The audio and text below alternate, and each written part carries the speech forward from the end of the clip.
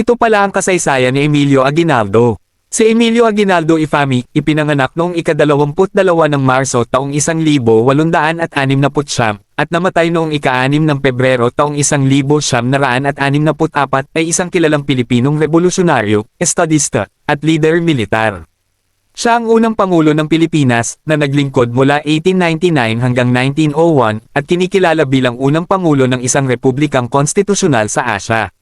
Si Aguinaldo ay ipinanganak sa Cavite el Viejo, ngayon ay Kawit, Cavite. Ang kanyang ama ay isang gobernador silo, at ang pamilya ay mayaman. Nag-aral siya sa Kolehiyo de San Juan de Letran, ngunit hindi nakatapos dahil sa pagsiklab ng kolera noong 1882. Sa edad na 25, siya ay naging kapitan munisipal ng Cavite el Viejo. Naging aktibo si Aguinaldo sa revolusyon laban sa Espanya. Sumali siya sa Katipunan, isang lihim na samahan na pinamunuan ni Andres Bonifacio, at ginamit ang pangalang Magdalo. Pinamunuan niya ang mga puwersa ng Pilipinas sa maraming labanan, at nagkaroon ng malaking tagumpay sa Cavite.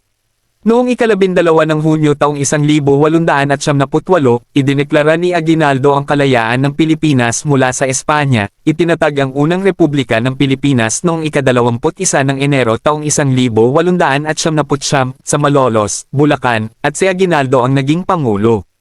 Nang magsimula ang digmaang Pilipino-Amerikano, pinangunahan ni Aguinaldo ang mga puwersang Pilipino laban sa Estados Unidos.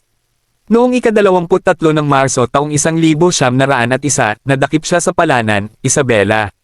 Pagkatapos, nanumpa siya ng katapatan sa Estados Unidos. Sa kanyang huling mga taon, nanatili si Aguinaldo sa publiko, bagaman nagpatuloy siyang sumuporta sa mga grupo na nagtataguyod ng agarang kalayaan at tumulong sa mga veterano ng pakikibaka. Namatay siya noong ika-6 ng Pebrero taong 1964 sa edad na 74 dahil sa coronary thrombosis.